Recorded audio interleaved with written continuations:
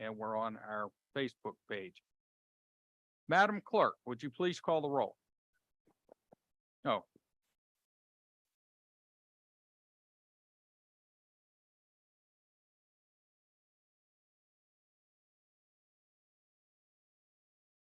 All right, Mr. Keller. Here. Mrs. Clack, Here. Mr. Kramer, Here. Mr. Skips, Mrs. Welch, Mr. Jacobson, Absent. Mr. Mayor. Here. Thank you. If you'll please rise, stand in your place. The clerk will lead us into the Pledge of Allegiance. After the pledge, remain standing. Councilman Skips will lead us into our invocation. Thank you. I pledge allegiance to the flag of the United States of America and to the republic for which it stands, one nation, under God, indivisible, with liberty and justice for all. Please remain standing. Lord, we just thank you for this day today, Lord. We just thank you for waking us up today. And we just pray over this meeting today that we will be in the best mind to make the right decisions for our city, Lord Jesus. And we just pray for the leaders of this nation, Lord, that they will be in the right minds to make the right decisions. And I say this word in your name, Jesus Christ. Amen. Amen. Please, thank you. Be seated. So we'll go to item 4. This is an action item for approval of agenda found on pages 1 and 2. Calls for motion. Move to approve the agenda. Second. Motion to approve by Welch. Is that seconded by Skips? Or who? Clack. Clack, thank you. Seconded by Clack. Any discussion? Seeing none, call the question. Mrs. Welch, Yes. Mr. Kramer, Yes. Mr. Skips. Yes. Mrs. Clack, Yes. Mr. Keller, Yes. Mr. Mayor. Yes. Anyone wish to change their vote? I don't see any changes, so therefore the agenda has been approved for tonight. Item 5, an action item, if you'll bring it up, approval of the minutes from the September 5th, 2023 meeting. Move to approve the minutes. Second. Motion by Welch to approve the minutes and seconded by Skips. Any discussion, any subtractions, any errors, any corrections? I see none. Would you please call it? Mr. Kramer, Yes. Mr. Skips, Yes. Mr. Keller, Yes. Mrs. Clack, Yes. Mrs. Welch. Yes. Mr. Mayor. Yes. Anyone wish to change your vote?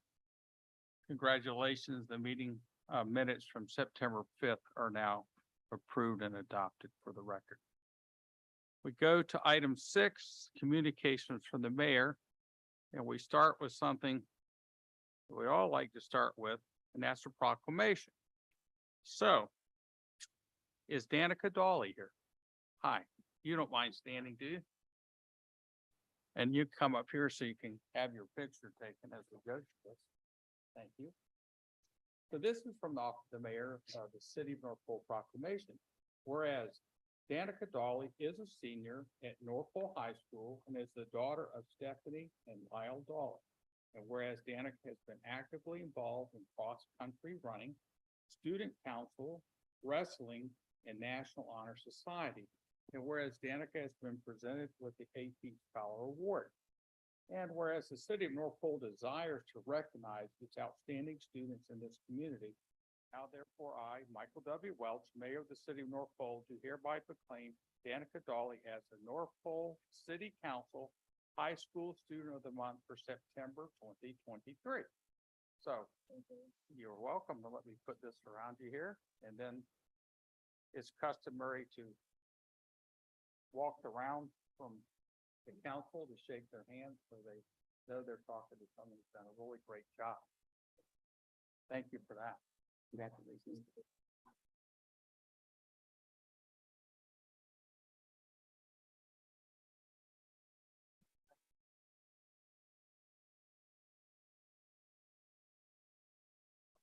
Yeah.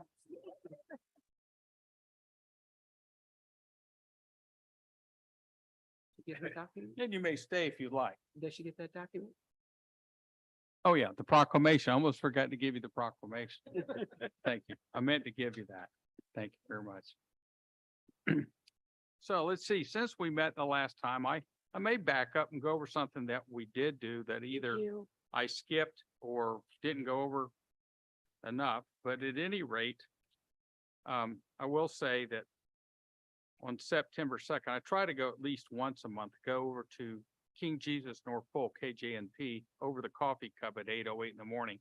But I've been back again since September 2nd. I went in there September 9th as well. And pretty much leave it at that. So the things I've been involved with since we met last, September 13th, Fairbanks Area Street Transportation Policy Board, that was last Wednesday. That was a very long meeting. It was from noon to 4. They told us noon to 3. It's usually noon to 2. We had a lot of work to do that day. And so one of the things that we collaborated on, we had testimony from the Mat-Su Valley, because they're trying to stand up a metropolitan planning organization that's never been in the Mat-Su. Okay, Anchorage has one, Fairbanks has one. So we're talking about along the interior and all the way down to the Anchorage municipality, the Mat-Su is asking for our assistance to be there. Okay, so what we decided to do, based on the state was taking 20% of the money. What they were using it for, please don't ask me to go into all of that. But they would give up their 20% to go towards the Mat-Su having a metropolitan planning organization. And the state realizes that both Anchorage and Fairbanks sees a reason to have the Mat-Su also part of an MPO. So there's no break in the middle. So we have a continuous run of highway improvements from Fairbanks all the way down to Girdwood, I would imagine is where the Anchorage municipality ends at. So with that in mind, that took up quite a bit of the meeting. We had testimony from Donna Gardino, who's trying to establish that. She actually used to run what we called FMATs, which was a predecessor to FAST. So she actually ran that at one time up here. So she's helping them and we're all going to help them. And as we develop, I'll give you updates on that. The next thing on that same day is that we look at our staff, we evaluate them once a year. That's quite a process. It's done. We don't talk about what we say in executive session, but we can tell you the results because that's public. So the COLA that's considered this year, you take half of the previous year, half this year, add it up, divide by 2. The COLA came up to 5%. The merit pay raise came to 1.5%. So they basically got altogether 6.5% more coming in 2024 than they made in 2023. That's pretty much that. And so there were other things that came up, and you can always go on their website, see all their minutes. I won't bore you with all the details. It's quite involved. I know that today I was with Brent Sheets. You might remember his name. Brent helps all of us in getting the thing stood up with what we're trying to do with the combined heat and power. So Brent, for the longest time, was the lead for that whole process, long before I got involved. So he went with me to the interior gas utility to talk with the Dan Britton and Elena Sutta, who's the new managing director, managing partner there. And we're trying to flesh out what we could get for a rate of natural gas to run our generators on for our combined heat power plant. It looks like right now, if we were to have bought it today with possible interruptions, we could have our gas interrupted. We would pay $21.80 per MMBTU or MMTF, however you want to call it. But if we were to do it with no interruptions, just guaranteed we always have what we need, it would cost us some close to $22.08. It cost us more.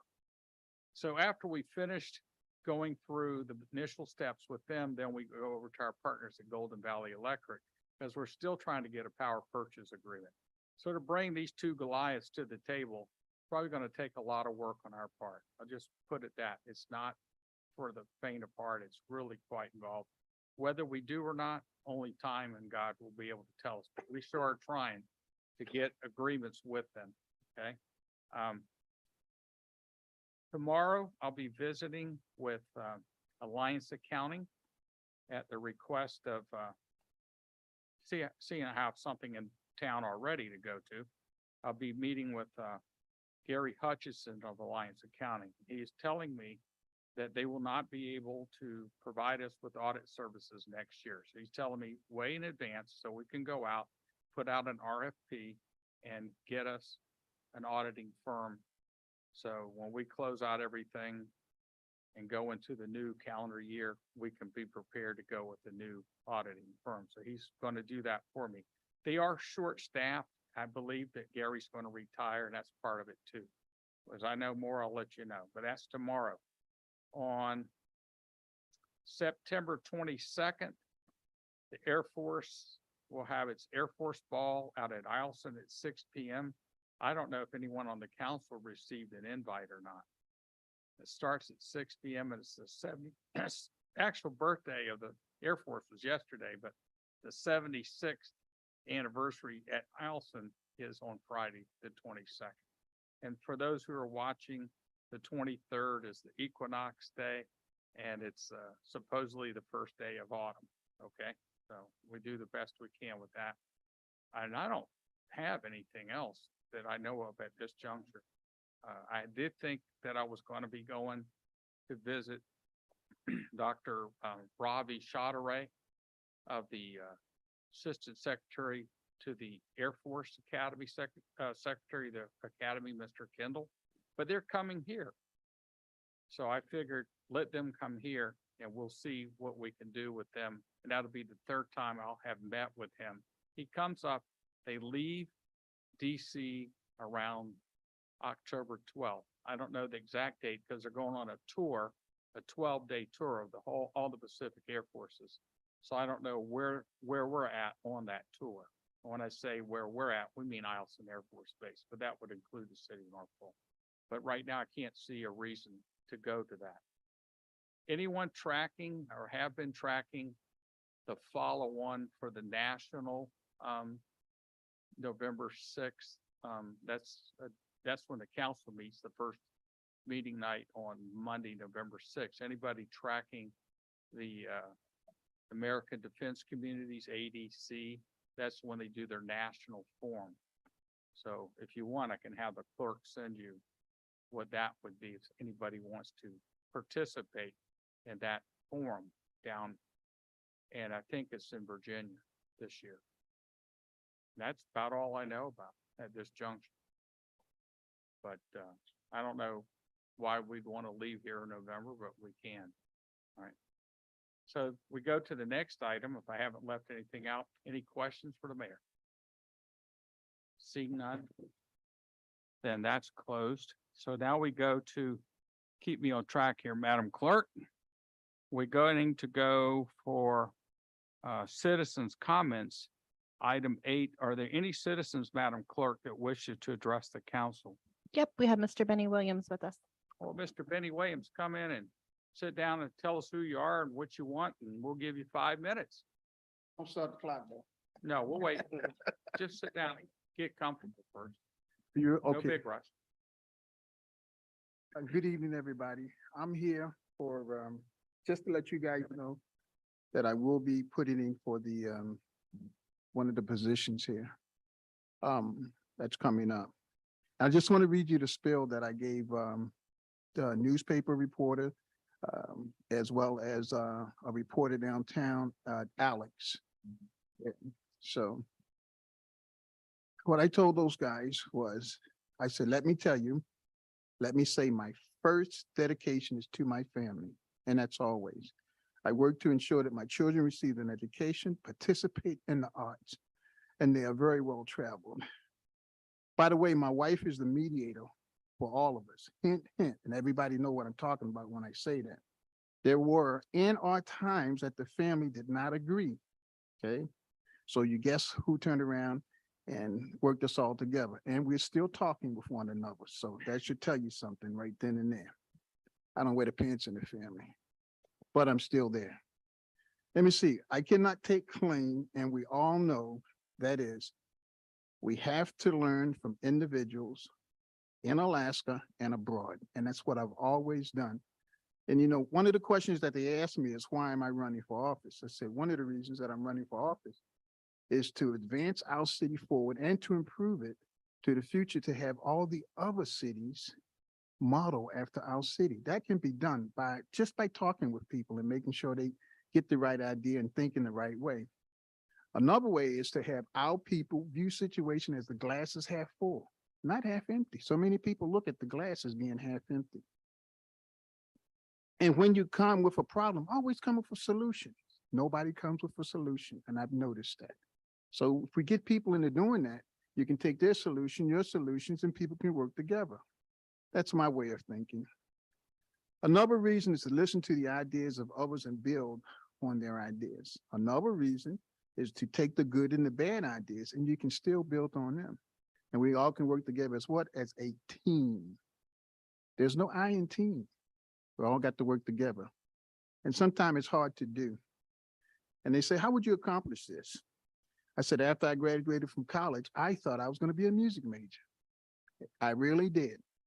4 years in college. Of course, my bus was the best one to travel on when we went on different places. But anyway, you know, the Air Force was my calling. Okay, I've had several jobs: administrative clerk, interior, exterior electrician, control specialist, and a bio and chemical warfare specialist. And my last job was being a first sergeant. Now, 2 of those jobs are still in effect for me when I do things. Just think about that. Also, the schooling and the courses that I've been through, you know, from each one of those have helped me to get to the next one. And there's always problems when you work in a situation. It's just taking the time, thinking about it, and making it work. My life after the Air Force, I became an individual to repair the outside equipment when it went south. Now try doing that at a -40.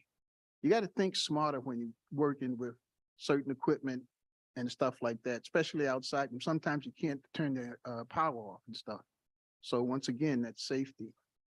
After the schools, the mandatory courses from FAA assisted in many ways of getting the basic information to me. And said, why should people vote for me? Well, let me see. I'm the president of North Pole Santa Senior Center, and I was a amendment president at the same time. I've been there for 4 years. Try doing that when pandemic hit. I mean, it was rough, and everybody had problems, everybody, you know. With that situation, I dealt with retired volunteers, distributing food to individuals, and keeping the center doing the pandemic going. There were many rules and regulations that we had to abide by, and trust me, there was quite a few. All right. I will tell you, there's 7 families that there are 7 families that I had to deal with.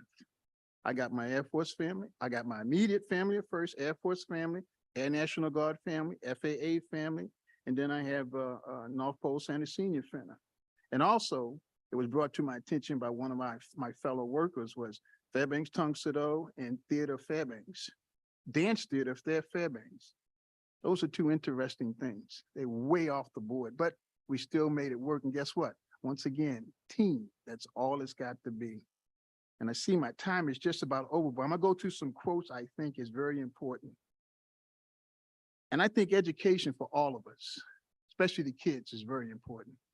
We're getting away from that more ways than one. And a question came up by an individual, their quote, "The question is not whether we can afford to invest in every child. It is whether we can afford not to invest." Okay, if we don't take care of our kids, who's going to take over after we're gone? And make the proper decisions, guys. That's important. Life has 2 rules. Never quit. Rule number 1. Rule number 2, always remember rule 1. So that's one of the information that I gave one to the, I think it was Fairbanks News Miner. And they had some pretty good questions coming to me. And some of the people, knowing that I'm getting ready to get into this with you guys, they've been asking me questions. Oh, what would I do this? How would I do this? And the only thing I can say is I'll put my best foot forward and we'll make things work to the best of our ability. But what you do today, you're going to have to change down the road because progress, things change. And what's good for today may not be good for down the road. You got to make it work for yourself. But once again, we all have to work together as a team and work for everybody. Any questions? Yes, sir. Go ahead. I sir. hope I gave you enough time there. Oh, no, you did. I had another one I could have did, No, but that's okay. But I will ask you, do you mind answering a question? Where did you do biological chemical training at?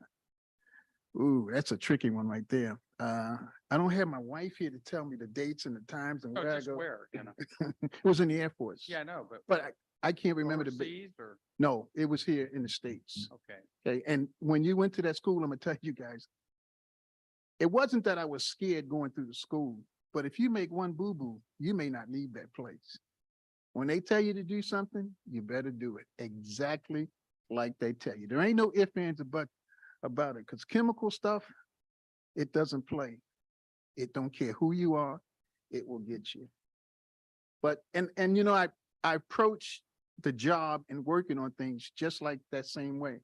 The day I was working with a friend of mine, and a question came up and he let me answer. He answered my question and he told me why his way was better than my way.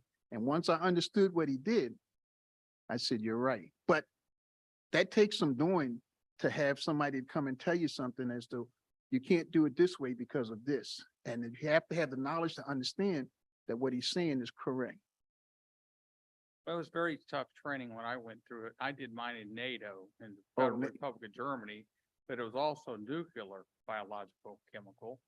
And then on top of that, it was an anti-terrorist NCO.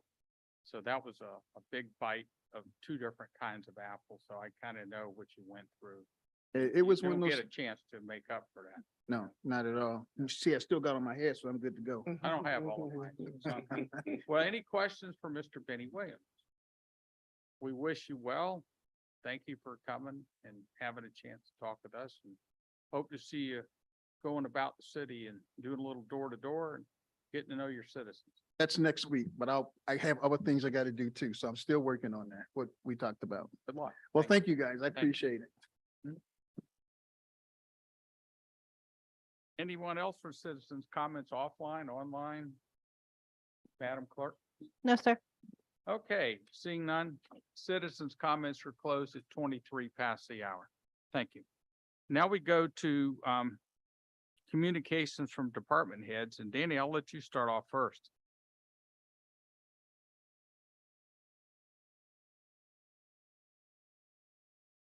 Thank you, Mayor. I guess I should start these by saying that my name is Danny Wallace. I'm the Director of City Services for the City of North Pole, in case folks are online and may not know who I am. I'll go through some special topics and then we'll talk about the three departments within City Services. Last meeting, you approved you gave us the ability to send out the ballot proposal flyer. That flyer went out on Friday, and all of you last meeting, you saw the contents. It cost about $800 to send that out, and we sent it to a little over 800 registered voters or households that had registered voters in them within city limits. We had got a pretty good list from we got a pretty good list of voters that we went through and scrubbed, but it does have the propositions and explains those. That the details on the propositions are also on our website, and if anyone has any questions about those, you can let me know. We're meeting twice a month, working on a strategic plan for infrastructure. Both the Public Works the supervisor and the utility supervisor and myself are going through and looking at the needs for the city within the next 5 to 10 years. And we're also using that to feed the budget process that we're going to work through in the next month or so. Again, we think this is the right time to do this. And again, looking out for the needs of the city is what we plan to have mapped out. And then I'll report those results back to the council in the next few weeks. When do you meet again, sir? We're going to meet on Wednesday this week. Yeah, Wednesday morning at 9. 9 o'clock. Yep. Thank you. The combined heat and power project, The mayor spoke briefly about that. That continues to move forward. And as you know, the project requires financing commitments from IGU and GBA during the past couple of weeks. And even today, the city held meetings with, actually the mayor held meetings with IGU, GBA, and talked about some of the way forward for gas supply and power purchase. We're also working funding options with Harrison Street, and we'll meet with them in the next few days to review what they can bring to the table. And finally, under special topics, we are continuing our work on grants and applying for grants, and we have a grant review meeting with our grant writers, Two Bears Environmental, on Thursday of this week. The mayor and I will do a distance meeting with the grant review folks. For the building department, we're continuing to work with Three Bears on utilities requirements, as well as Fairbanks North Star Borough on the Westcott pool upgrades. Both projects are moving forward as planned, and our contract inspectors are working with both Three Bears and North Star Borough to make sure that things are on track for those efforts. For Public Works, summer paving, you probably have seen summer paving going on throughout the city, and that should conclude in the next couple of weeks. Moving to snow removal. We'll talk a little bit later about snow removal, but we did receive bids for those, and having that contract approved will put us on track for the start of the end of the previous year's contract and the start of the new contract on October 1st. And we'll talk about that later on in this meeting. The work on the candy cane light poles continue. You might notice that 15 of those are removed right now. They're currently in Graham Construction shop being prepped and painted. I talked to them today, and the completion should be in the next 2 or 3 weeks. They plan to do these in batches, so when they get 3 to 5 of these done, they'll install those as they go. And finally, Public Works continues to focus on brush cutting and tree removal and prep for the winter, along with office renovations. And we talked a little bit about this for the new deputy clerk and HR. The office renovations are coming along well, and that should be available by the time that those people are hired, or that person is hired.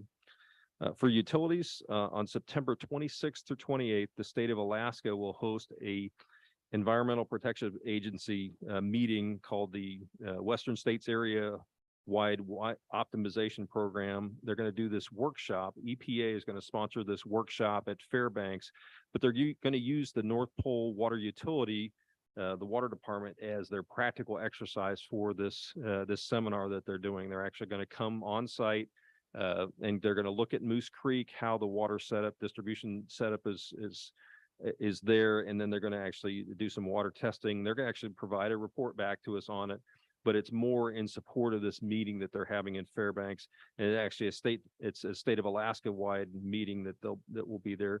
They'll have about 40 or actually 40 plus folks there on site. But it is reflective of the professionalism of the North Pole Utilities that they chose our water utility plant to actually come do this exercise. This is a big week also for the utilities, and the fact that we've got North Pole High School chemistry class will come visit 3 days this week, or 3 classes this week will come on Wednesday and Thursday. They'll have about 90 students total that'll cycle through the water plant. And again, it's the chemistry class from Miss Rebecca Missler's class will come and visit. And so it's, again, something else indicative of again, the type of folks that we have and the type of facilities that we have. Finally, there's nothing else significant from the utility department, which actually for utilities, no news is good news at times. But the upcoming ballot proposition certainly will have a significant impact on our ability to secure the future of the water system. So that's all I have right now, and subject to any questions that you might have. Annie, did you get an invite by any chance for infrastructure for October the 6th? I'm looking it up right now. There's a James Colombo for combined heat power role as decarbonization technology. And I just got that 4 days ago. I did not. I can't unload the event for some reason, but I subscribed to it. It's just going to be,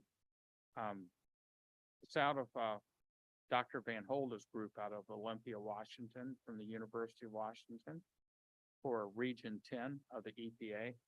But I don't know why it won't unload the data, but I know yes, I said October sixth. I meant to say October fourth at 11 a.m.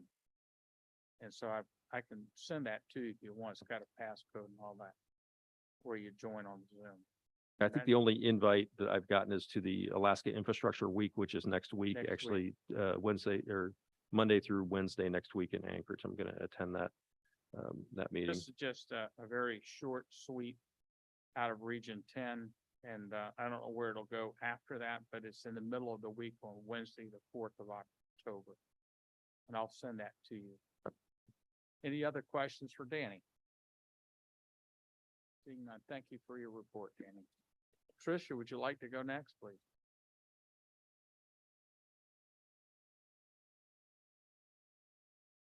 Evening, everyone. I did get the statements for our interest in AML today, and I put that on the spreadsheet in front of you. Also, I don't know if I reported to you last time that we got an additional $10,000 from the remote sellers tax. It was kind of they had met their quota, and they divided up everything that was extra with the companies that or the cities that they collect tax for. So that was our portion. And it looks like we're doing really well on our revenues as far as the year to date. Sales tax, I think we'll probably have to adjust some of this stuff because we're receiving more than we budgeted for. So that's always a good thing. And then Michelle is working on the bank rec. We got that in our office last week. And as soon as she has that completed, I'll send you out some financials. Thank you, Tricia. Uh-huh. Any anomalies that stand out that make it look like we won't slide home with what we budgeted for? I think is one of those tobacco tax, perhaps. Perhaps, yes. It's not on here, but yeah, I Right. just noticed where they're pushing down in Fairbanks for what Juneau has already, which is $3 a pack. That doesn't make you want to stop smoking. I don't know what will, but anyway. They even have communities in Alaska that charge you per cigarette. Oh. Yeah. So God forbid. So at any rate, I'm sure we'll have something the next time we meet. It Right. needs- The only thing that's on here is sales tax Sales and then tax. online sales online tax. sales tax. I do believe tobacco is probably a little bit coming in a little bit lower. Yeah. Than anticipated. And property tax, we got the property tax that was collected in August this week. And that's before property tax is due, and we received $555,000 from that. I think we have about 1.1 Yeah, million. right, So we're but on track. That must be the early payers Early, because that was yeah. in It worked out August. so- good, yeah. They don't want, well, they got a reprieve of an extra day Yeah. is what they got. So that was it. Thank you very much. Any questions for Trish before she runs away from us? Nope, she's running away. So, Todd, you're up next, Chief, from the fire department. We're gonna get you, Officer Bloom, don't worry. Good evening, Mayor Welch, city council members. My name is Todd Chambers. I'm the assistant fire chief. Standing in tonight for Chief Heineken, who's out chasing bullwinkles in the mountains. So a little report from us. We received our newest Commander XC24 from Auto Trim following the upfit, and it's been placed into service, which is good news because that allows us to utilize the pickup, the F-150 that we had for the battalion vehicle as a regular responder. They were formerly using the 1-ton that we used to pull the trailer for rescue. It's rough. That truck is rough. It's got a skid mount in it for brush fire response, and we're going to leave it set up like that. It's parked in the garage between us and Public Works in warm storage for now, along with the squad that we put the Christmas stuff on, and it has a heat unit in it right now for winter time in case we need to warm something up. Last week we had Miss Bissler's class come visit us for those 3 classes on Wednesday and Thursday, 90 students. They were all very well behaved. They wanted to talk to us about PFAS. And so we went over the history of PFAS and all the things associated with it and with the fire service in general, where it came from, how it got involved with the fire. And it was a good time. Mainly, I think they want to get out of their class, go walk somewhere. So we're happy to have them. We also added 5 new volunteer members last week. This fills the vacancies that we have. We are now full staffed at all levels, volunteer, part-time and career positions. We have 2 career members enrolled in advanced EMT training. These are brand new hires. They have to get that done in their first year, and they're knocking it out of the park. 2 fairly new volunteer members that are in the basic EMT class. One of them is a remarkable young lady named Nita Cozy that came to us as one of our first junior firefighters. Then she became of age, 18, and she expressed a desire to be a resident firefighter. So she's doing great things, and she's got a fantastic service-minded attitude, and we're happy to have her be with us. So she's doing very well. This week, there's an area-wide trench rescue training. We have the trailer full of rescue gear. We'll be participating in that training as much as we can. We're kind of hurting on staffing with hunting season on us. And then in October, a fire officer class that all of the departments in the area have pitched in to sponsor together and share the instruction needs and stuff like that. We have 3 members that'll be attending that. So professional development's on the rise, and we're happy to have that. And some of our officers, including myself, will be helping that as instructors. This Friday, we have a meeting with the City of Fairbanks Crisis Now Coordinator, Brenda McFarland, to discuss their program and the mobile crisis team and resources available in our area. That's new. I was involved with Crisis Now from the planning stages and the inception in my role as at the Fairbanks Fire Department. And so I'm fairly familiar with it. I'm very excited to see where it's gone. This means a lot to me because we have a number of calls in our service area that we would call regular users or high volume users. There's other terms for them that are less flattering. The fact is, these are people that need help, and it's not an advanced life support ambulance that they need. They really need different help. They need assistance from caseworkers or something that's going to solve their problem. And it's both in the mental health side and in our aging population. So it's an issue that we're going to have to address. And this is a good first step. So I'm looking forward to that. And also on Friday, immediately following that, I got contacted by Alaska Medicaid concerning our SEMT application. So this is good news. It's not bad news because Friday is a virtual site visit where I basically walk around with a cell phone and FaceTime with them and show them that we are a real entity with real things that we do. And we're not just somebody scamming out their money. So it's a great step. They're good people to work with. I'm fairly familiar with them. So I'm happy to report that we're on track. And that's all I got. Very good report. Any questions for our chief? Thank you for a good report. I think that's going to take me to the clerk. Madam Clerk. Oh, well, yeah, well, you come on, just humor us a minute. And just tell me the police are doing fine. A lot of responsibility. That's a lot of responsibility. Yeah, but it's not. He's not here. He didn't put somebody in his place. The lieutenant's, where's the lieutenant these days? He on leave? Or he's on his RDO? He's probably on his RDO, isn't he? Say again? Yeah, so he's on his regular day off. That's what it's RDO. Okay. We'll show for the record that things are just doing just fine, and crime is down, and the good guys are still ahead, and they all wear white hats, right? Okay, thanks. So now we'll go to Madam Clerk. Okay, good evening, you guys. Let's see, Detective Cash is working on the background check for our top 3 candidates. Hopefully we'll be hearing back in the next couple of days from him. And hopefully we'll have our new clerk here for the next meeting for you guys. So that's super exciting. Elections are coming up. Don't forget to vote. And then I am not here starting Friday and through all of next week, just as an FYI.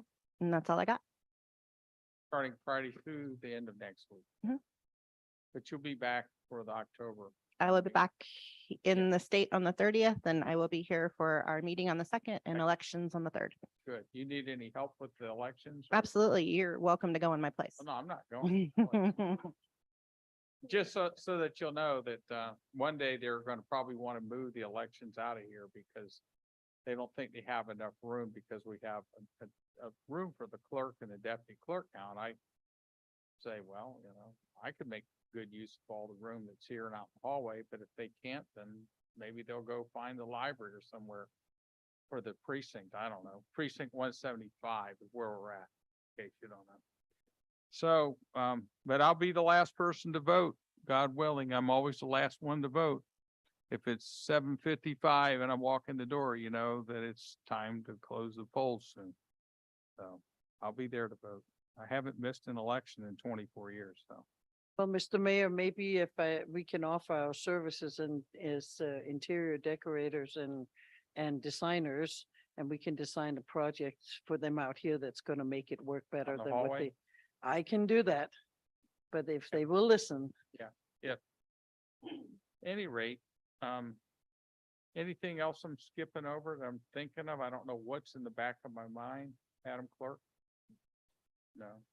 Is anything upcoming that the council members can go to training for or anything? Other than the December 6th, 7th, and 8th is the AML. Yeah, AML is, I believe, the next thing. I don't know if there's. And I'll have my 2 new council members going to that for sure. Okay, good. So now we come to the borough rep, Ms. Welch. I know you did something because you took up Yeah, my office that's- all night. huh? You Say took again? up my home office. I all- did not take up your home office. I took up my home office. Yeah, The meeting on Thursday, there were 3 things that always seems to be upfront on that. It was, a new retail marijuana, place on Richardson Highway called High Vibes. And that was, they filed a no protest against that. So that goes through. Liquor license for if you, go to College Town Pizzeria, they will now be able to serve whatever, they have a liquor license also. And then they are transferring a liquor license from Gold Hill to Three Bears. I think Gold Hill actually bought Three Bears. Three Bears bought Gold Hill, and so they're transferring that liquor license up there to the Three Bear store that's gonna be up there. So those were the 3 kind of things that always seems to happen. But there was one particular, ordinance that was very, I think is important because it is something that pertains to our city, something that pertains to our police also who might have to enforce some of this.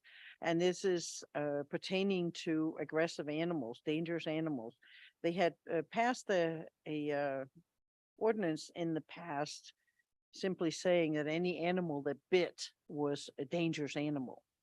There were no gradation, no nothing. And that's what they changed with this ordinance here. Not only did they just take away that thing about the ordinance with being a dangerous animal, but also they added a new category to it. They call it a nuisance animal.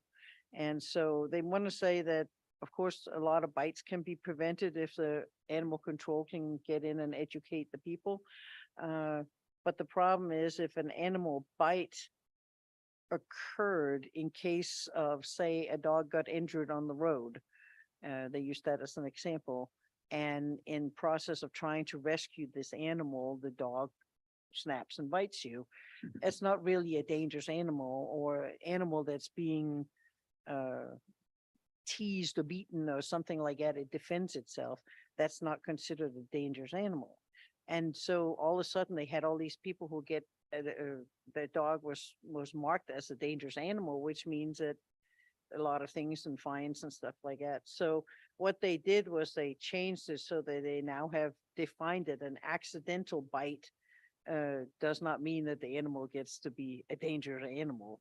They still have that. So if it's it's aggressive and it bites people or it kills and maims animals, other, like, for example, farm animal, another dog or something like that, it can definitely be. But they also now have a way for them that you can go in and get that designation of a dangerous animal. You can get it removed.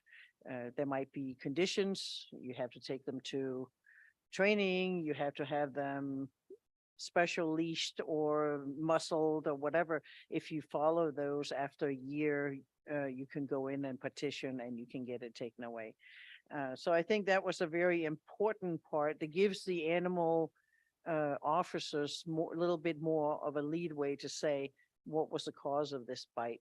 Was it unprovoked or was it maybe provoked, or did it try to defend its family or that kind of stuff? So that gives them a little bit more leadway. Plus, it's also going to give them a lot less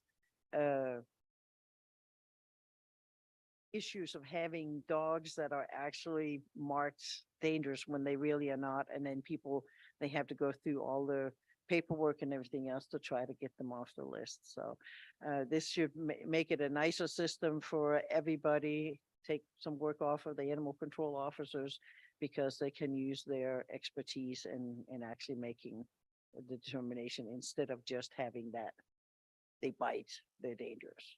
So, and that would be my Report. thank you.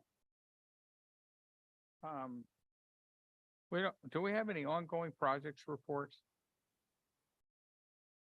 I'll use this to say that the next time we meet, they couldn't get it to us in time for the agenda. But Three Bears is also gonna be asking for us to get a recommendation for them to own and operate the liquor store here at Sourdough Fuel. And I don't know of any reason we'd have an objection to that, but that's one thing that they're buying out down here on the corner of First and Badger Road here. They want, and that's coming up in Labor Day, just to let y'all know. Will that then be transferred to their? Yeah. To their store down on? No, it won't be transferred. That'll be operated here at this store. So that's what they intend to do with it. It'll be a while before they have the other store. Just for those who want to know, who want to be in the know and talking to them, they won't commit to a date, but they do have to admit that we're a little ambitious back in June when they were thinking they were going to be opening in March. It's a long shot now that it'll be open by. It'll be a long shot that it'll open by Memorial Day, but I do have some good news. Pan Alaska, that makes the structural and modular system, did sign a contract with them to provide the structural system for this new Three Bears, but not just that one, but the next 4 that they're building across Alaska. So it sort of gives them something to look forward to a future. All right. So as I know more about that, I'll share it. Thank you very much. We go to unfinished business, item 11. The ordinance is 2311. And it is for the city of North Pole amending Title II, Chapter 36, Personal Systems, pages 13 to 15. And that's to work with WorkShield. And Madam Clerk, would you tell us about it and what that training is going to require? Yeah, correct. So this is just a little change in our code to accommodate that contract with WorkShield that we're going to sign to do investigations for us for the next however long we decide to do it. So nothing actually changes. It's just giving them permission to receive that information, receive that complaint, do that investigation, and then they're going to come back to us, the department head and our HR administrator, to give us the findings, and then we will decide what to do from there. Thank you, Madam Clerk. Do you have any questions for the clerk? Yes. Could there be some co-sponsors? Sure. Absolutely. Could you invite, can you add my name? Absolutely. Anyone else want their name added? Maybe reach out to Councilman Jacobson. Well, if he was here, you could. You could do it. You're gonna do it tonight. I don't think you can reach him tonight, can you? I No. can try. Huh? I can try. Try. I don't know if it's necessary. I don't want to hold up the works here. You could do it after the fact if you can get him Okay. to, David, what you got? No, it's. Hmm? Tell them Adding clerk your to name to it? Add my Okay. name, yes, sir. Okay. So with that in mind, who wants to, who else wants to add their name to it? Before we go making all these amendments, who wants to? Sounds like it's gonna be unanimous. Yeah, it's Yeah, gonna be. who wants to, who wants to, excuse me, please, who wants to, put this back forward so that we can vote for it? Because we introduced it last time, so this is the second reading. Move to approve ordinance 2311, 2023 oh, 11. 23, oh, 202311, excuse me. There's a motion by Clack to approve ordinance 2023-11, second by Welch. Madam Clerk, I don't think there are any more questions. You want to call the question? Sure. Mrs. Clack, Yes. Mr. Kromer, Yes. Mr. Skips, Yes. Mrs. Welch, Yes. Mr. Keller, Yes. Mr. Mayor. Yes. Anyone wish to change? I don't see anyone wish to change that, okay? And if after the fact, before the meeting's over tonight, if someone can get in touch with Jeff if he wants to, if he's capable. I don't think it's earth shattering if he's not there. So that closes unfinished business. Now we go into item 12, new business. The first thing on new business is an ordinance 2312 for the city of North Pole to amend its causes for disciplinary action for city of North Pole employees. You can put up pages 16 through 18 and tell us again for the record what that's about, Madam Clerk. So this was just us changing the code. The previous code to this was very incomplete. It had just had a few behaviors on it. So this list is a kind of a more comprehensive list of those actions that are disciplinary worthy. And it basically just came from us reading the rest of the code and coming up, pulling the behaviors out of various other parts of code. And this has been approved by our lawyer as well. Thank you. So, does anyone want to advance this to adopt it, bring it in so that we can vote on it tonight? I move to approve ordinance 2023-12. Second. Okay, there's a motion by Clack, seconded by Welch to introduce ordinance 23-12 for the city of North Pole to amend our causes for disciplinary action for the city of North Pole employees. Any more questions that need to be covered? I thought someone had a question earlier tonight in the meeting of the whole, maybe not. There's quite a bit in there in blue ink. But seeing none, Madam Clerk, I'll call the question. Okay, Mr. Keller, Yes. Mrs. Clack, Yes. Mr. Kromer, Yes. Mr. Skips, Yes. Mrs. Welch, Yes. Mr. Mayor. Yes. Does anyone wish to change? I don't see anyone changing their vote. Therefore, this now will be advanced to the next meeting in October. Item B, ordinance 2213 to amend the city of North Pole's leave policy for city of North Pole employees. Ms. Fogarty will help us with that. Tell us what's entailed with that. Good evening. We, as the Total Compensation Committee met and decided to increase the length by 40 hours for both regular employees and fire department and shift employees. And also add an extra 48 hours to check, to be able to cash out. Did you say 48 or 40? 40, additional 40. 40, 40 hours. So it Mhm. comes to maximum of 120. 120 in a Right. given calendar year, correct? Right, right. And then all the other part of this is there was a lot of referral to the 19-day fire cycle. Shift employees, we've changed that to say fire department shift.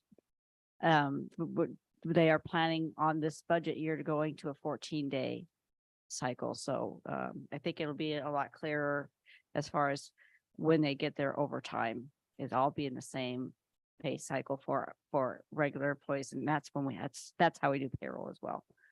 Okay. So who would like to introduce this item? I'd like to introduce ordinance 2023-13. Second. So introduced by Skip, seconded by Welch. Any further needs for questions? Mr. Skips has. a Yes, question. I had a question. I was talking to people a few months ago, some employees, and my concern on here was there's nothing on writing on this leave policy as far as what happens when you reach your maximum accrual rate. Now, if you meet your max and you've bought out as much as you do, what happens? It doesn't state in here, you lose it. So I wrote proposed to put in here. So it would go on line 56 after maximum level.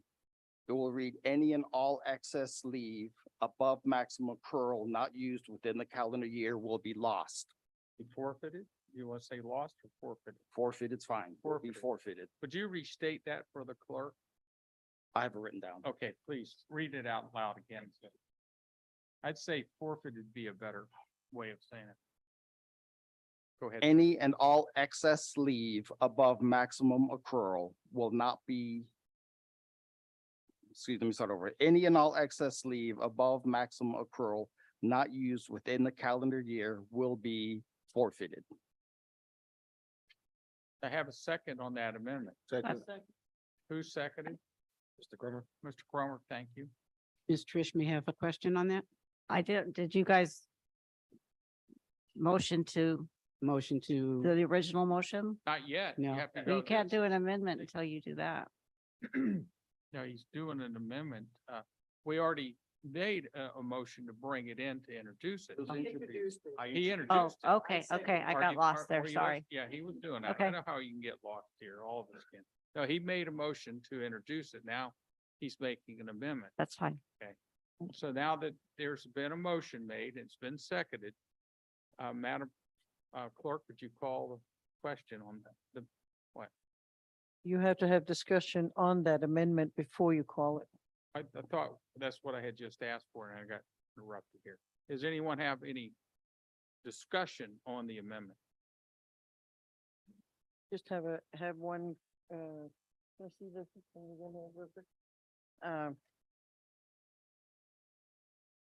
Does it need to be said that at, like, maybe at the first of January?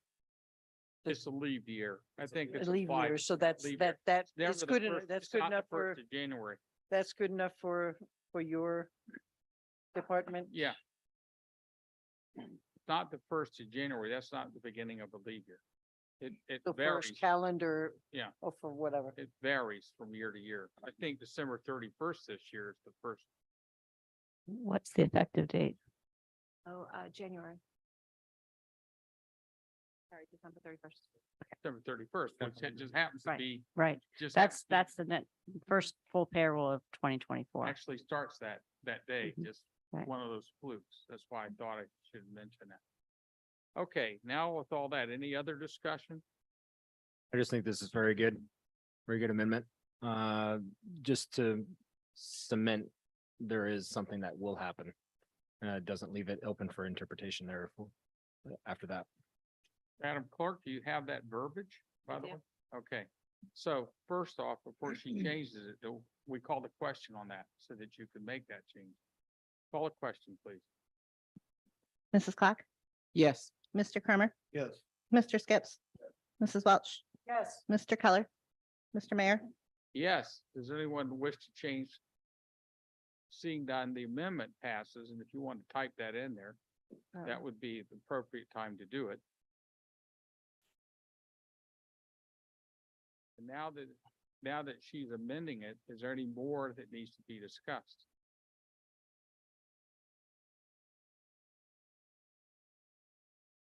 Let's give her a chance to put that in there, please.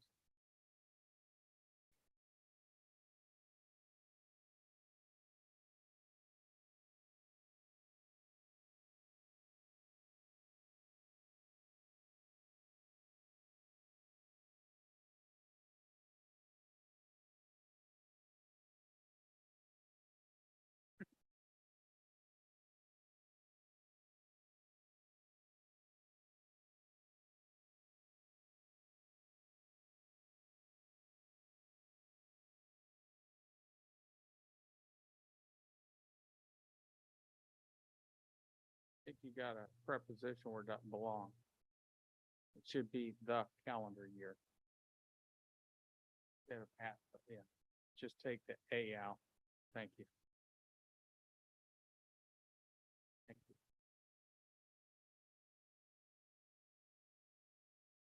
Okay, is that what you're trying to say there, Mr. Skip? Yes, sir, it is. Okay, thank you very much for making that. So now that that's in there, let's go back to the original that was introduced with the amendment now in there. Call the question, please. What? I think, well, I have a question. oh, let's go with your question. I thought So asked by- what is that gonna do to the budget side of this? Because all of a sudden we have a lot more money that could come out if everybody cashes in extra leave. What can that theoretically do to our budget? I would venture to say that the total compensation committee had taken that into effect, because that is a liability. When you have that out there, that is a liability that if the employee wants to use it, then you have to pay it because that's an earned thing from them. So we call that a liability. But instead of having just 80 hours, you now would have 120 hours of liability per individual based on their individual rate. So what could that theoretically come up with 40, well, how many employees, 42, 43 employees or whatever times, even if you take it at the smallest rate, that can be a lot of money, can't it, all of a sudden? But you gotta also think about overtime as well. If people are just selling their 60 hours, maybe the police department is not spending more time on overtime as well. So it might probably even out. Balance out. Thank you. I don't know if you could theoretically come up with a magic number, but I don't think it'd be accurate. You know, based, everybody's got such a different pay rate. I was just thinking about the minimum you would, the minimum amount of money that would cost you would be whatever the lowest wage earner in our organization times however many people are employed here, that would be the minimum if everybody sells their leave back and don't use it. You'd have to sit there and calculate each individual. No, that's what I'm saying. If you just did it on the lowest, I don't know, what's the lowest person we have? What's the lowest person we have in, $32 an hour. $32 an hour times 40, Mhm. in addition to what we normally do, right? That's another $1,440 annually. Not too much. Not gonna kill us. That's what I wanted to know. Thank you. You're welcome. Al, is there any more questions? Seeing none, call the question, Madam Clerk. Okay, Mr. Skips, Yes. Mrs. Welch, Yes. Mr. Crimmer, Yes. Mr. Keller, Yes. Mrs. Clock, Yes. Mr. Mayor. Yes. Does anyone wish to change their vote? Don't see none, so that now goes on to the next meeting to be read. Go to resolution 2314 for the city of North Pole to authorize the city to file an application with the Alaska Department of Environmental Conservation with the state revolving funds for a grant under the Alaska Drinking Water Fund. That's found on page 23. Danny, would you take that, please? Sure. The Environmental Protection Agency has mandated that all municipalities in the US do an inventory of lead and copper within their systems. This allows funding support to North Pole's efforts to do an inventory of our lead and copper in our systems. We do not think there is any within our system, but we have to formally prove that to the EPA. Our due date for the finish of this is April 24th. This is a grant that this resolution will go into a grant packet that asks DEC for grant monies up to about $75,000 to complete this task. Approving this will ensure that the city of North Pole does not have to pay for that survey. And again, I'll be happy to answer any questions about this resolution. Again, it's part of a larger grant packet that we're working on right now to obtain the funds to support this survey. I have some questions for you. Who's going to conduct that survey for us? We have a contract firm, our engineer contract firm named Respect has provided a proposal for that. They're already under contract with the city. We haven't signed the contract yet, but they have provided a proposal. Again, 75,000. It's under $75,000 to do this. What if they don't complete that inventory by April 24th? What happens then, sir? I don't know the ramifications of not completing it on time. We will be in violation of an EPA directive, but as far as what that actually means, I don't have that information. But again, it's a requirement. We've gotten enough notice So I do think that this is achievable. If you find out otherwise, please let me know. But Okay. stranger things have happened. So I'm just calling out that caveat if it doesn't happen. Any questions for Mr. Wallace? I see none. So for this resolution, is anyone raising their hand now? For this resolution, call the question on that. Have to introduce this first, Mr. Oh, Mayor. I thought he already had. Nope. I'm sorry. Move My mind's, move to introduce, 2023, resolution 2023. Second. It's 23. it's 2314 is what it is. Oh, excuse me, 13, 2314. 14. Yeah, Wendy? 2023 is a year, but it's called 2314. Wendy, It's 2313. Wait a There's minute. 13 on here. That's, Am I reading it right? That's Trish Mine is says 13. 2314. It's Huh? 14, which is Danny. It's 2314. You're looking at number C. Yeah, Oh, we're looking at C. So, introduce 2313 was an ordinance for leave 14. policy. right. 2314 is for this. All right, That's. move No, to this is- introduce resolution 2014. What resolution? Point, are you point of calling? information. Point of information. There is a discrepancy between what is on the agenda versus what is within the packets. Yeah, 22313s. Yeah, there's. yeah, two. I don't know how that happened. Can you go back and look at that, Madam Clerk? This should be resolution 2314. You can have two 13s. One's a resolution, one's an That's ordinance. an ordinance. But, Ordinance. but as a matter of fact, the resolution should be 2314. Okay. Yeah, as it's stated in my packet. Well, because the one that it has down here, she got it down there. Hey, I move to introduce committee resolution 2014. It's 2314. Yeah, 2314. You have a problem with your glasses or 2314. Okay, 2314? sorry about that. I don't Okay. have my thing in front of me. All I can see was whatever. So there's a motion to introduce resolution 2314. Do I have a second? Second. Second by Skip. Thank you. Is there any more discussion on this? I just want to make sure it's like changed on the packet too. Yes, in my packet, correct. No, like on the actual. You mean up there on resolution. the, That's the agenda. That's the yeah. agenda. On the actual Yeah, on the actual resolution, it says resolution in the packet. 2313. So I want to I make sure, consider this my packet. I want to make sure it's changed on that as well. Yeah, make sure it's changed up there, Madam Clerk. Can you go up there and make sure it's changed in the packet? That it says resolution 2314 on the top line. Yes, there it is, 2314.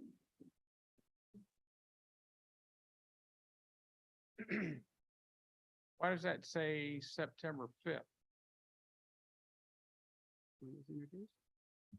No, because a resolution, you just go through it one time. Should say September 18th.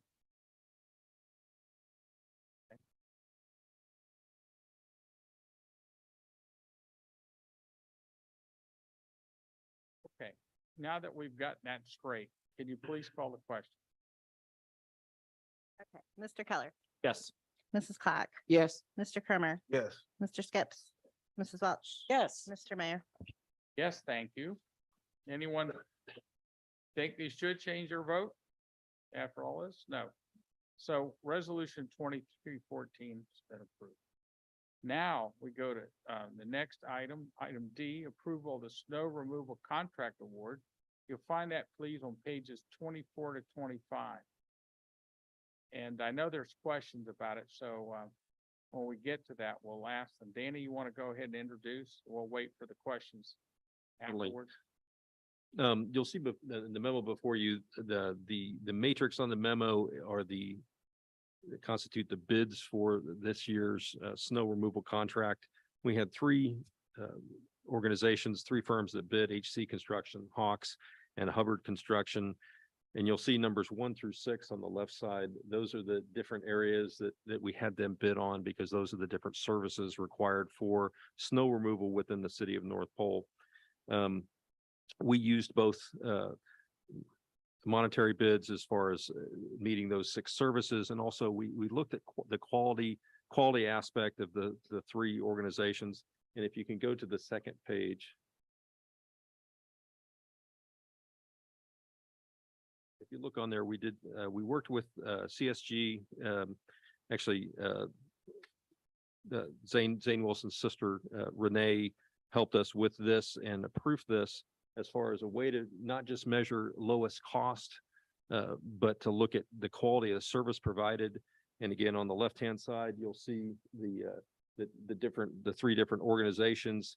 And then across the top, starting with overall cost ranking, and going to the right, there's scoring for each of those areas. And again, the intent here was not just to go with the lowest bidder, but to get both the most efficient and best deal for our money, but at the same time also look at the quality of work that's been done. Again, in both of the categories of cost and for quality of service, Hubbard Construction scored the highest. So it's our recommendation that Hubbard Construction be awarded the snow plow contract for 2023, 2024. And I'll answer any questions. I have a question. And what gave you the idea of doing this? This is great to me. I In my know eyes. what gave us idea. Well, I mean, this, Because this hasn't been used before with any of them that we've. this is Right. very routine in many organizations Okay. as far as just comparing courses of action. If you have different options to do different things, again, if you're making a big decision, having a weighted set of criteria.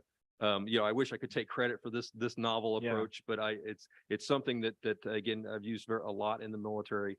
But then in talking to some of my peers and other organizations, they usually have said, well, we just go with the lowest bidder because that's what we're told to do. Remember So, what Ms. Joan Herman told us, that this is the way that you can say we don't go with the lowest bidder. She taught us that last year at a symposium in Anchorage, and this is how you get around that, of being stuck with the lowest bidder.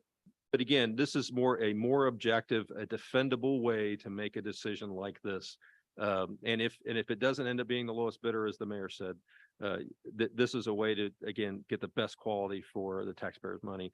But yes, this is just one way, and you can use this to buy a car. You can use this for anything. So, I might take you up on that. okay, okay, thank you. Thank you. Thank you, Danny. My question is, who was our snow removing person from last year?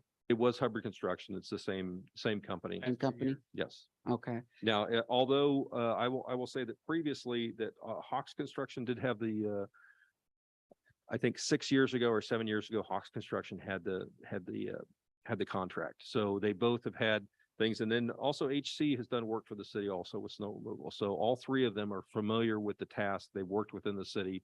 So they were informed bidders. None of these came into this without the adequate information to make a valid bid for this service. okay. Well, and with that being part of what you're using the rhythmic on, also helped you to realize or come to recollect that they will do an excellent job for us this coming year? Yes, we were very pleased over the last 3 years with Hubbard Construction. And as I said previously, they actually reduced their price for the per pass for each time. Again, it's $10,000 per the plowing of the city of North Pole. Last year actually was $13,000. So they may have found a way to gain efficiencies. They also may have just wanted the contract too. So. Do about 16 passes a year. Okay. Thanks for answering that, Danny. Okay, thank you. Thank you, Dan.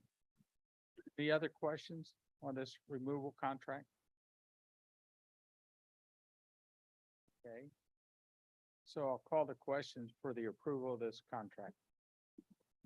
Madam Clerk? Mr. Skips, Yes. Mrs. Clack, Yes, Mr. Kramer, Yes. Mr. Keller, Mrs. Welch, Yes, Mr. Mayor. Yes, please, thank you. Anyone change the vote?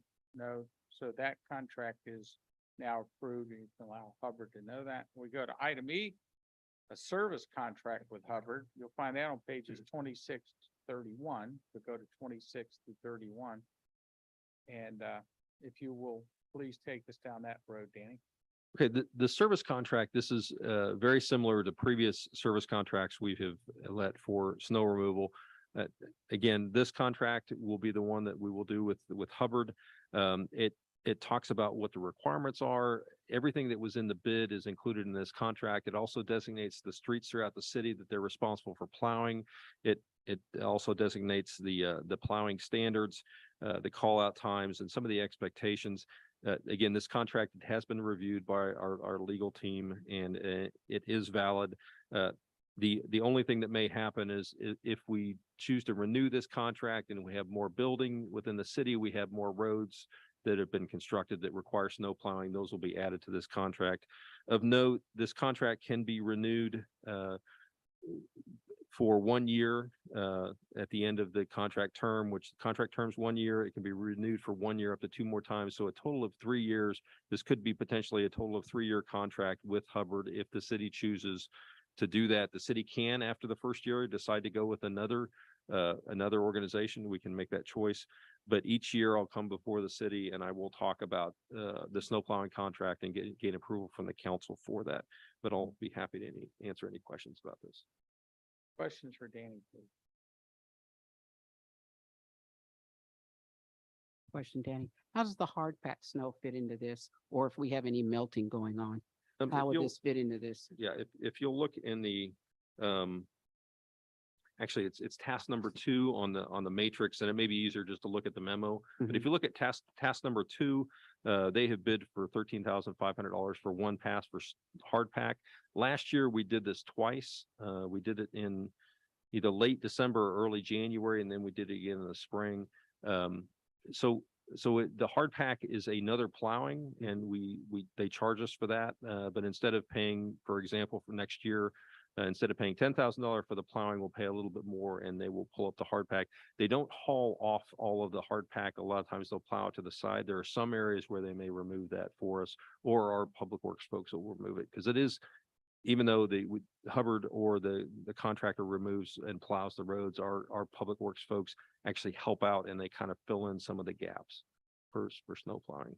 Okay.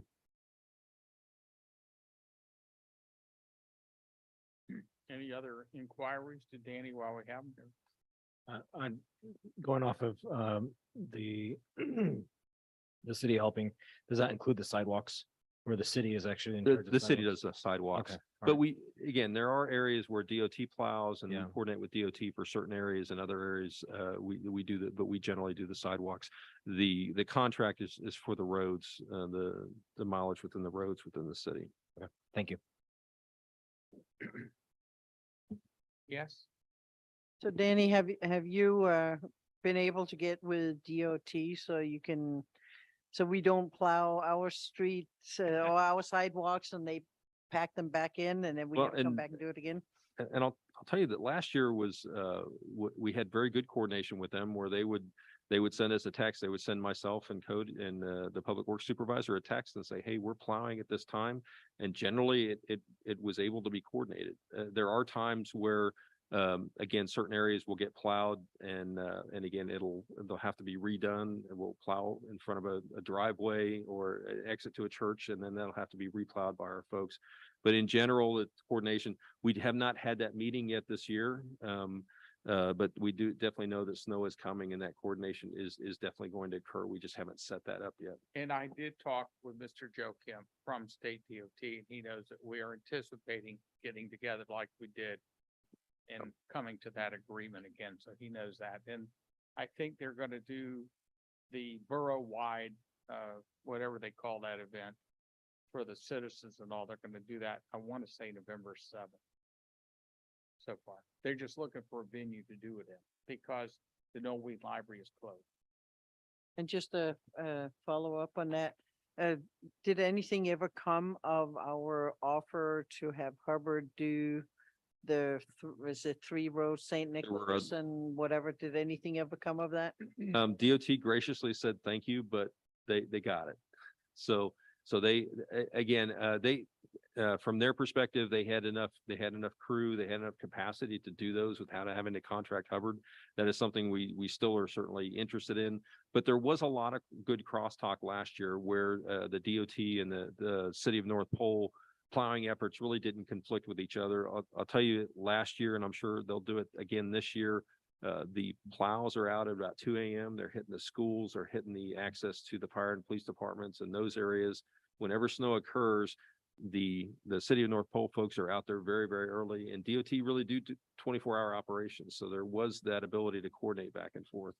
But again, the offer of having a single plow for all of the DOT North Pole areas under one contract, DOT at least last year had the capacity. We will offer that again this year if they're interested in talking about that. So we'll see.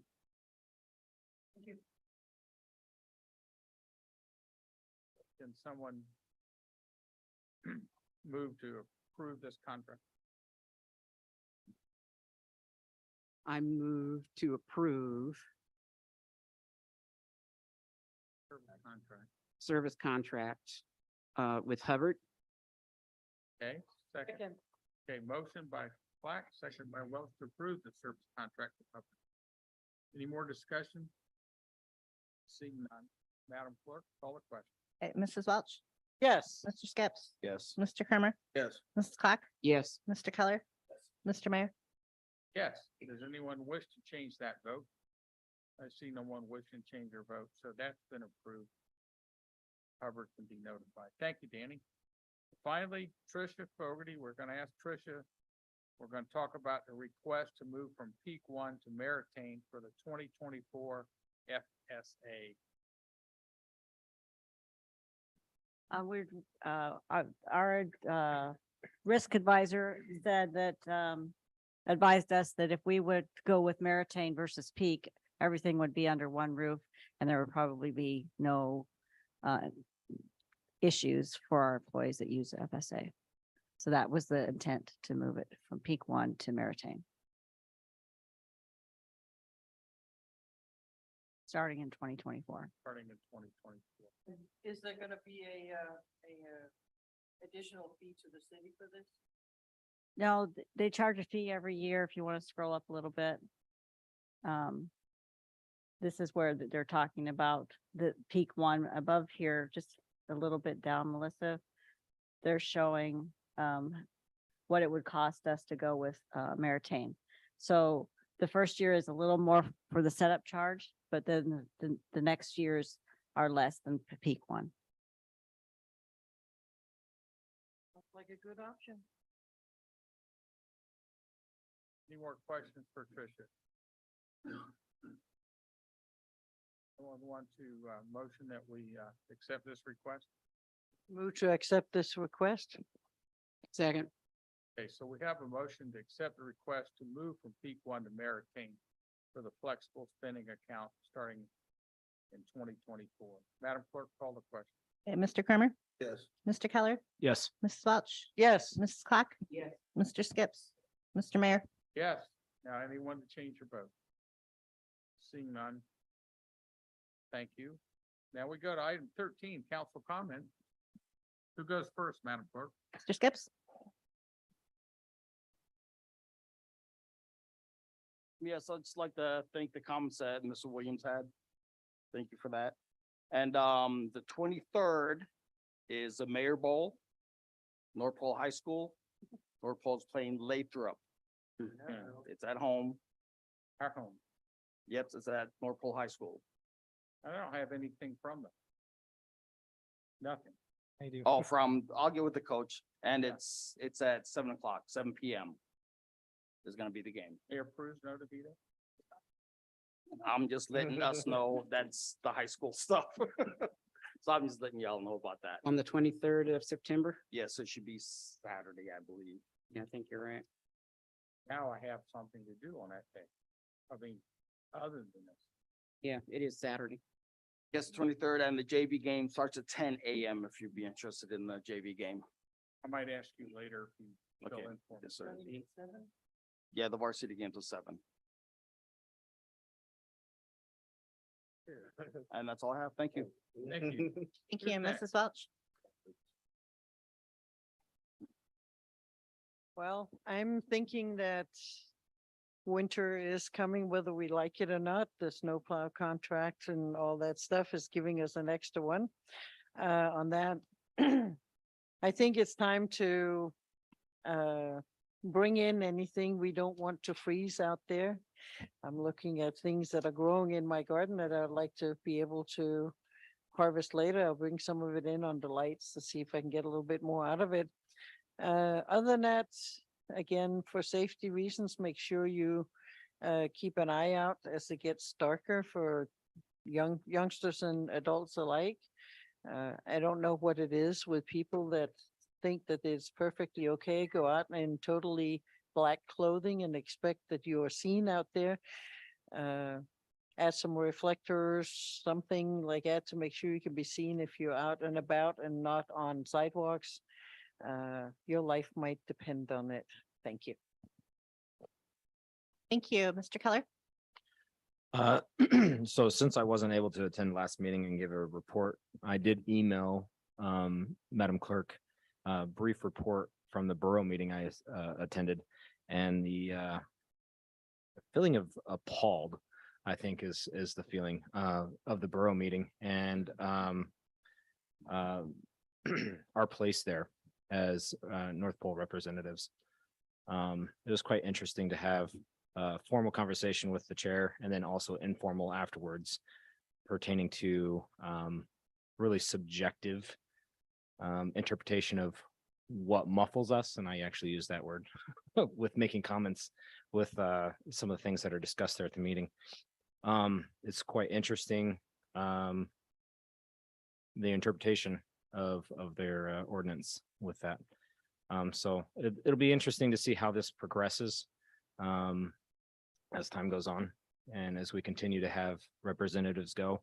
I've actually often thought about just bringing a short children's book and reading that as a report, maybe to help teach us a lesson of getting along and listening to each other.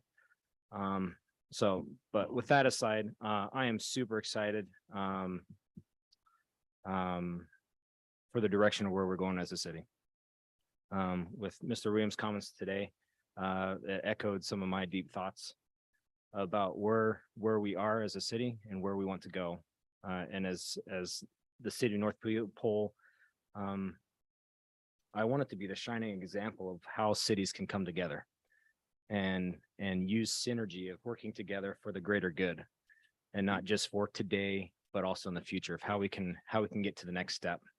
So I'm really looking forward to seeing North Pole continue to grow, especially with all these projects that we have coming on, and the directors are taking good care of the departments. I'm super excited about being just a small part in what the city is doing. So with that, I do offer my gratitude to the department heads, those who are present physically here and those who are not. If you could extend that to your supervisors, that'd be phenomenal. Encourage them to listen to this whole meeting, actually.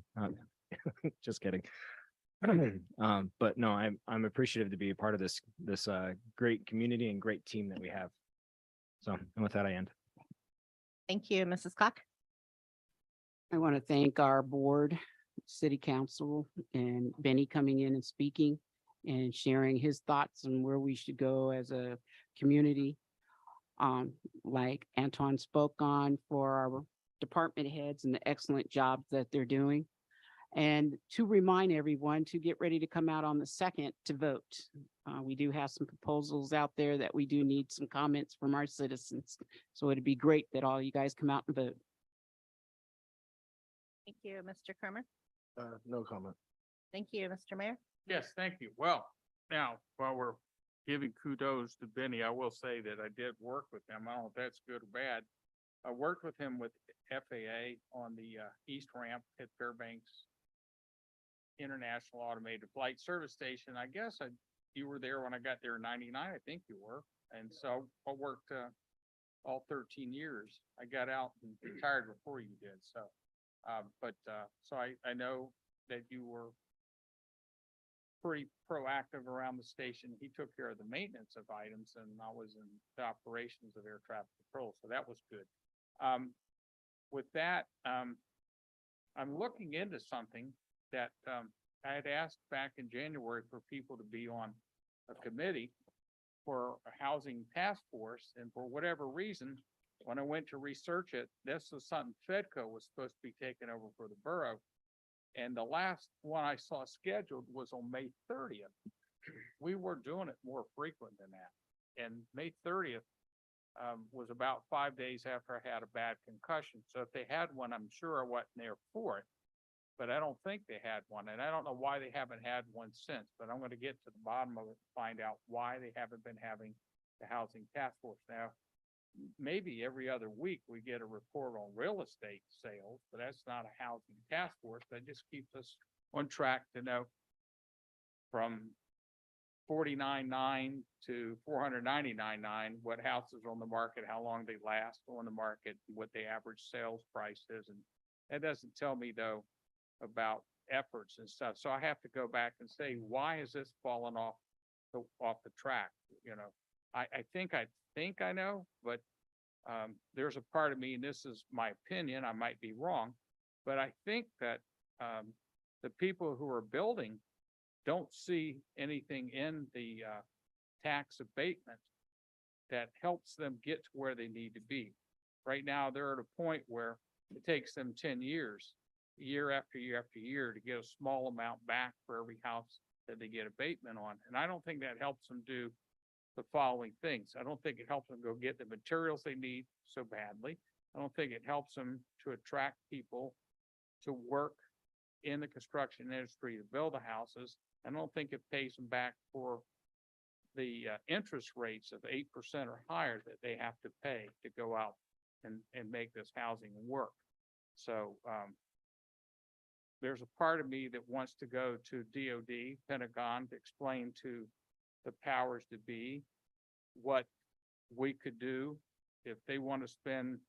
They wanted to spend $97 million to build a barracks for 98 people at Eielson. Imagine if we could take just 10% of that money and go to the builders and say, what if we had this pot of money available to you? That would be quite an incentive, I think. And you may ask, well, why does it cost so much per square foot up here? Because it used to be $170+ square foot. It's $272 now. But part of what you're doing is you're competing in the local market for the construction industry. And a lot of the jobs are on federal installations where they get what we call Bacon Davis wages, which is twice of what they could get working for a conventional contractor. So I think it's pretty much a crapshoot for a lot of these guys to try to figure out if they can make any money. And I've had plenty of builders say, if I just build 1-bedroom place, well, I can make that. But once I get larger, 2-3 bedroom, more than 1,100 square feet, I can't make any money off of it. So I'm of the idea that we need to go and find out what really it'll take to get the impetus going. But I don't think it's a property tax abatement that's stretched out over 10 years. That's all I'm trying to say. So I will try to get an answer. I don't know if it's going to be a good answer, but I'm trying to find out why we're not doing this. The last time that I was at a housing task force, I remind the council, was on Monday, April the 3rd. That the borough forgot that the city of North Pole, almost like you're talking about in your book, they forgot that the city council met. So there was no way any of us could have been there, truthfully. But I asked Mayor Pro Tem Jacobson to fill in for me so I could go to that. And that's the last time I've been to one. So just let you know that. When I find out, I'll share that the next time we meet. And with that, I'd like to ask someone to call for adjournment. Move to adjourn. Second. Okay, so we're adjourned at 33 past the hour. Thank you for coming tonight. Appreciate it. Yeah, I don't know why they're not doing that anymore. They said they were every